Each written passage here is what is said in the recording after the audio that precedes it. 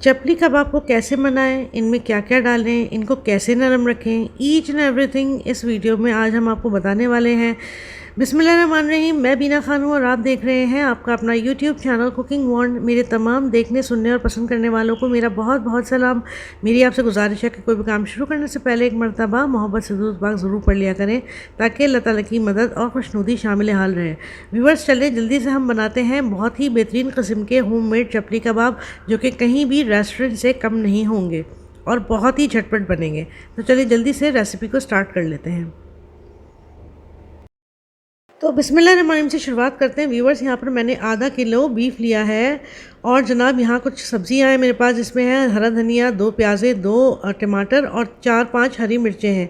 साथ ही मैंने लिए हैं 2 स्लाइस डबल रोटी के और इनको मैं कर रही हूँ 1 गिलास पानी के साथ सोक।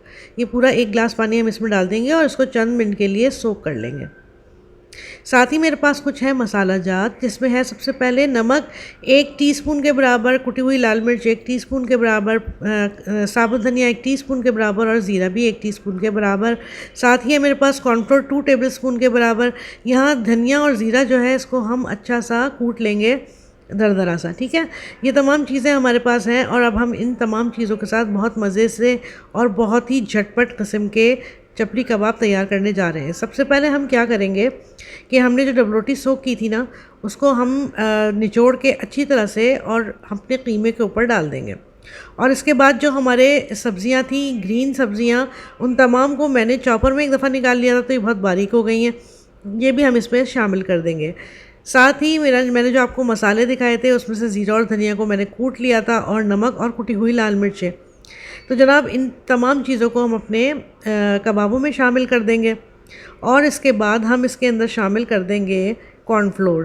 कॉर्नफ्लोर यहाँ पर मेरे पास थोड़ा कम पड़ गया था, ये 2 टेबलस्पून है, तो मैंने 2 टेबलस्पून के बराबर इसमें और शामिल कर दिया था, ठीक है। ये तमाम चीज़ हम इसमें शामिल कर देंगे और बहुत ही अच्छी तरह से मिक्स कर देंगे। देखें, चपली कबाब का असल जायका जो होता है ना, इसकी मिक्सिंग में छुपा होता है। इसको हम हथेलियों की मदद से ज़ोर ज़ोर से प्रेस करें और इसका जो रेशा है उसको तोड़ने की कोशिश करें। ये सबसे बेस्ट तरीका है चपली कबाब बनाने का। अब ये थोड़ी सी चीज़ें मिक्स हो गई हैं, इसमें अब मैं शामिल कर रही हूँ 1 अदद अंडा। पहले मैंने हाफ़ शामिल किया था, लेकिन मुझे लगा कि पूरा अंडा डलना चाहिए, तो फिर मैंने इसमें पूरा ही शामिल कर दिया था। और इस तरह उसके बाद मैं इसको बहुत अच्छी तरह से मिक्स कर लूँगी, जैसा कि मैंने आपको बताया। बहुत ही सॉफ्ट और बहुत ही टेस्टी चपली कबाब आपके तैयार होंगे इस मेथड से, जो हमने डबल रोटी डाली है और फिर अंडा डाल के हम इसको बहुत अच्छी तरह से मैश कर रहे हैं। मसाले आप अपने हिसाब से कम ज़्यादा कर सकते हैं, या मैंने बहुत कम मसालों को यूज़ करते हुए ये बहुत ही लजीज से चपली कबाब तैयार कर रही हूँ। जनाब यहाँ पे मिक्सिंग हो गई थी कंप्लीट और अब हम अपने चपली कबाबों को फ्राई करने के लिए जा रहे हैं। आप देख सकते हैं मैंने ऑयल बहुत कम यूज़ किया है, तकरीबन 1 टेबलस्पून के बराबर तवे पे फैला दिया है मैंने इसको।